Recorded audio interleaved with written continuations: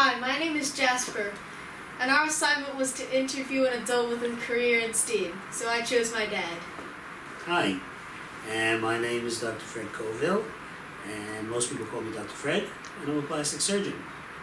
So, Why did you choose to become a plastic surgeon?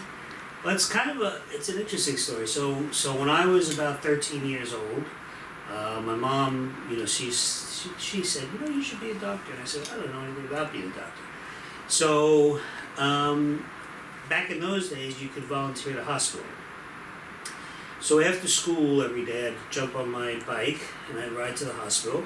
And they had me doing things like helping out around the hospital, cleaning up and things like that. And I didn't think that was very exciting.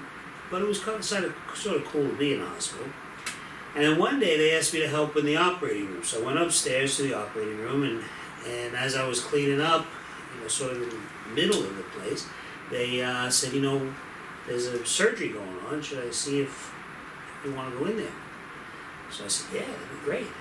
So they put a cap and a mask on me, and I went in there, and there was a surgeon, and he was taking out somebody's gallbladder.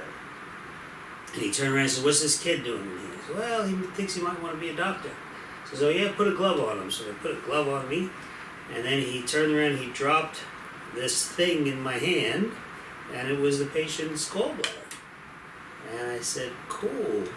And I, after that, said, you know what, I'd like to be able to do that. That looked like it was pretty fun. So that's how I became interested in becoming a surgeon. What is a gallbladder?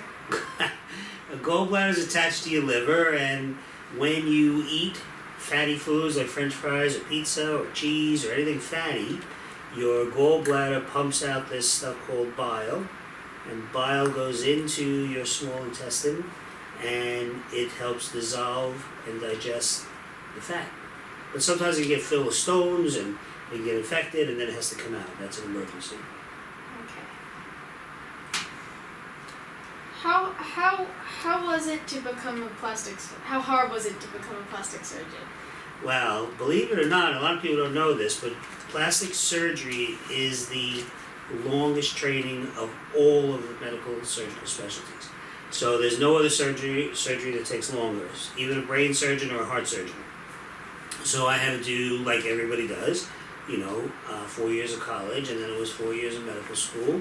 And then it was 5 years of residency to become a general surgeon.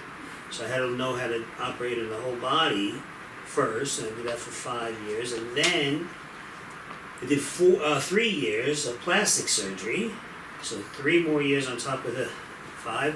And then another year of a burn fellowship where I worked in Manhattan in the burn unit, where I, took care of burn patients and reconstructed them.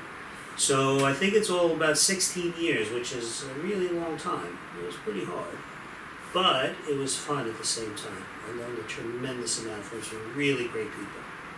Did anyone inspire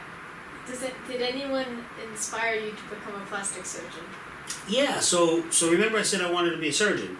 Well, when I was an intern, that's your first year of surgery training, right out of medical school. You don't know anything, really. You know a lot of stuff, but you don't really know how to be a doctor yet. So there's one little lady, she was a plastic surgeon, very short, I remember, but she was lovely. Her name was Helen Coleman, and she was a plastic surgeon in Manhattan.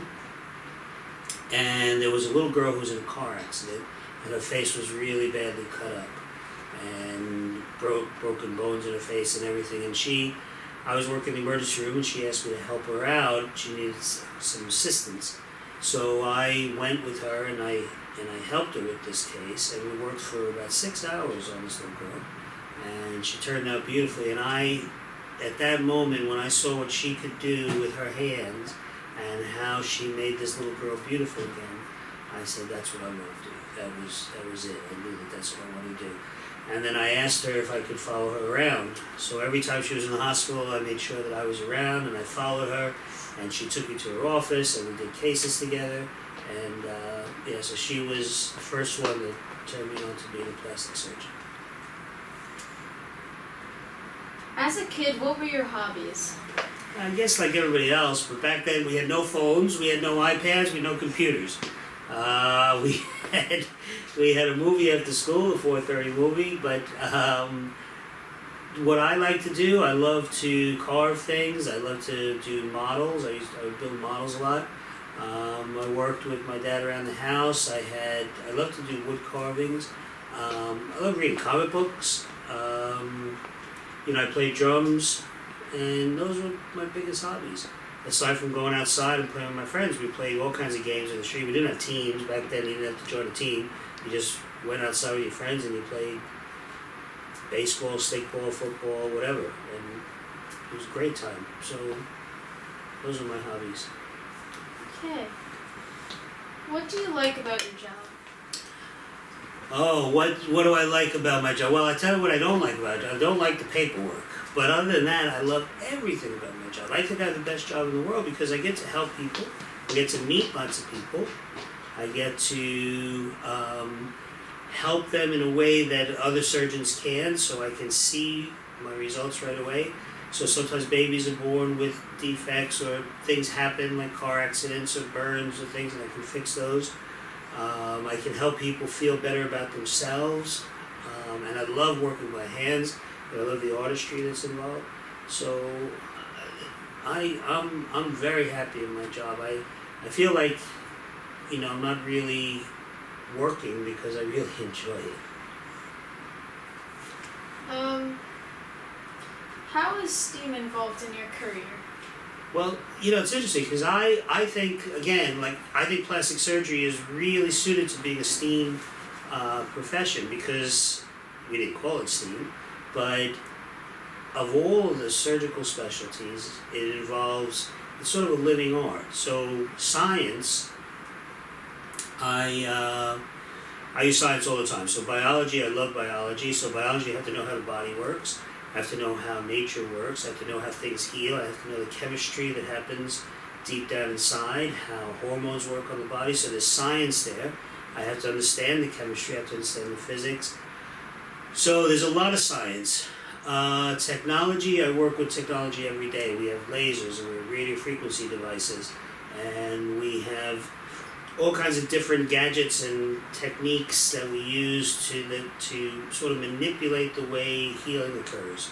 So there's really high-tech devices that we use.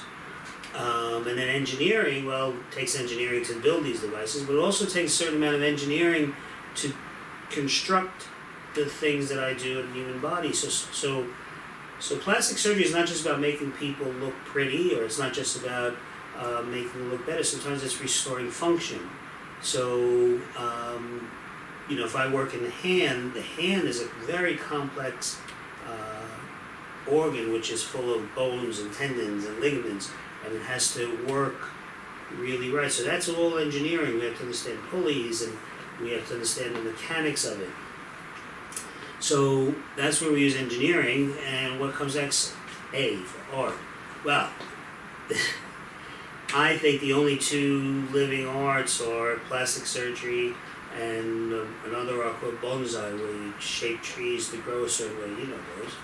But yeah, art, I've been a student of art all my life. I love going to museums and seeing paintings and understanding how artists paint or sculpt, and that comes really into play with what I do. So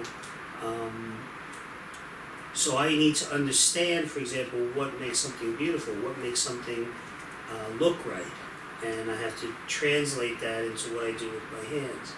And what's next? Math. Well, math.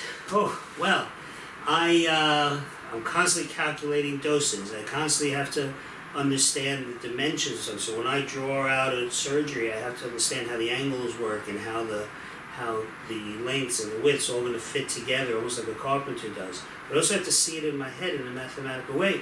But there's even things like I have something here which is pretty cool. So this it's called a golden rule, right? So the ancient Greeks, about 2,500 years ago, came up with this proportion. So what they found is that in nature, things that look right, that look in balance, are in this proportion. I know that sounds really weird. If I could show you the picture, it'd be easier. But let's say this distance is 1. Let's say it's 1 inch, 1 foot, 1 yard, whatever it is.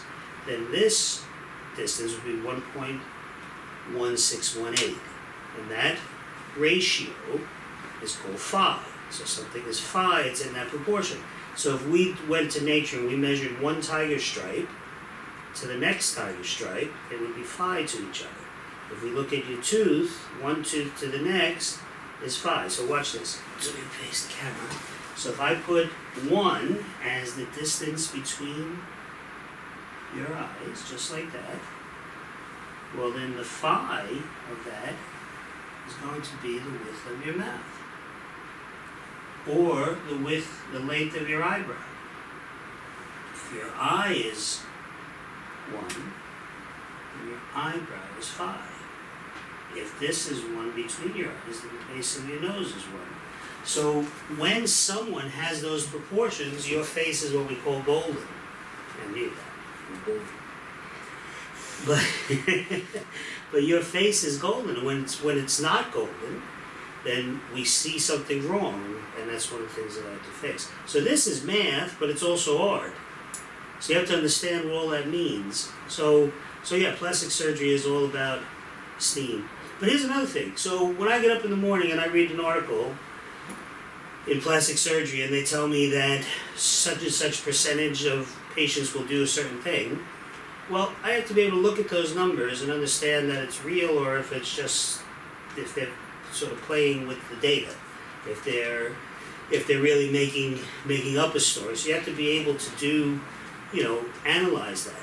So sometimes even in medicine and surgery and science, scientists can bend the facts a little bit. I had a teacher in social studies, and when I was in 8th grade, he was great, he used to tell us, I'm going to tell you a lie every day. One lie every day, but I'm not going to tell you what it is. You have to figure it out. So we never knew what he was saying, whether it was true or not, but we had to make sure that we didn't just take it for granted. So for example, understanding math, understanding statistics, will help you figure out sometimes if something really is true or if it's not. It's a good lesson to know, by the way. What time do you get up for work and what time do you get back? Well, I do get up early because I want to spend time with you and your brother and your mom. And so I get up early. So I usually up out of bed around 4:30, 4:45, and I'll go to the gym if I can. If not, then I come here and I catch up on work when it's quiet and nice, and that's when I read my articles. That's when I make sure I'm constantly knowing what's going on. Never stop learning, always keep studying, always keep pushing yourself, so I always try to do that. So I like that quiet time before everybody comes in, because once everybody comes in at 9 o'clock, that's it. It's non-stop work and I don't have time to sit down and think. And then I go home when the day is over, and I go home to have dinner with you guys. Or maybe see a game or something with you. Yeah.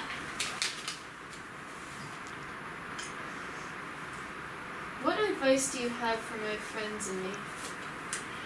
What I would say in terms of learning, I think there's a couple things that you need to do that I would advise you to do. One is to figure out what you like.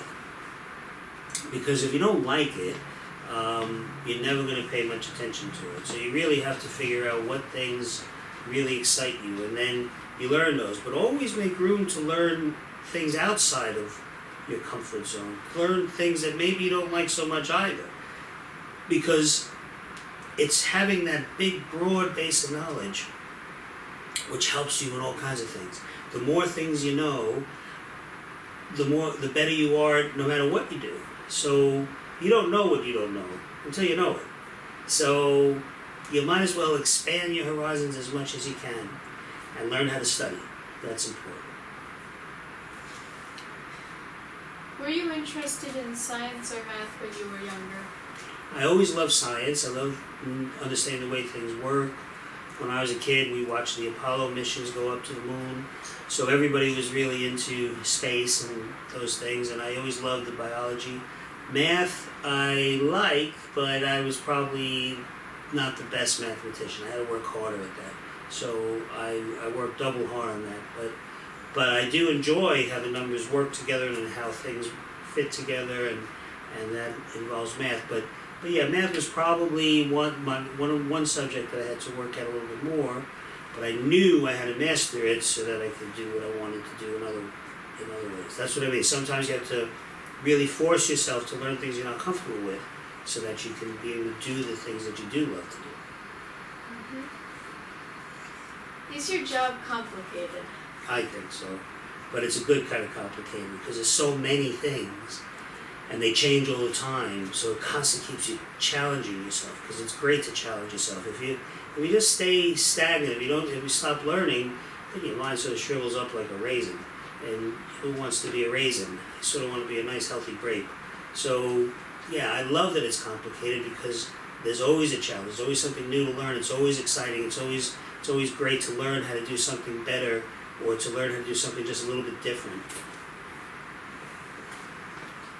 Did your parents have a STEAM related work base? Actually, no. My parents were normal people. They were great people. I love them to death. Unfortunately, you didn't get to meet my mom, but you did get to meet Dad. That's chocolate. But, because he always gave me chocolate.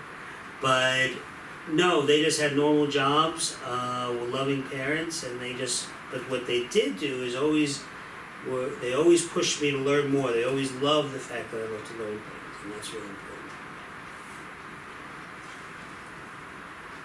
Do you have any other advice for how to prepare for other jobs? Yeah, I think that for everybody that's learning, one of the earliest things you should learn how to do is learn how to study. I know people take that for granted, but good study habits are so important. When you go to college, no matter if you're the top of your class in your high school, you're going to go to college and you're going to meet people from all around the country, all around the world, that are smarter than you or have better habits and they work harder. And the only way you're going to be able to compete, the only way that you're going to be able to get what you want out of life, is to have the discipline to learn, to make sure that no matter what else you're doing, you're making sure that you learn. So developing good study habits at an early age is super important, because it should be fun, and but you know that there are times when you have to really put your nose to the grindstone. The other thing is this sort of, we live in a world where technology is sort of taking over everything. But you really want to find something that fits you and try to make it robot-proof. Because, for example, if you love to drive trucks and they develop a robot that's going to drive trucks for you, then you're out of a job. So I think more than anything, your generation has to think in terms of the future.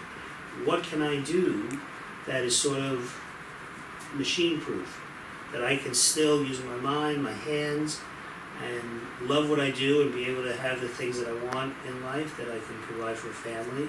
And those are big decisions. But the biggest thing is to just keep your options open. Learn as much as you can from a million different sources, and it'll all fall into place.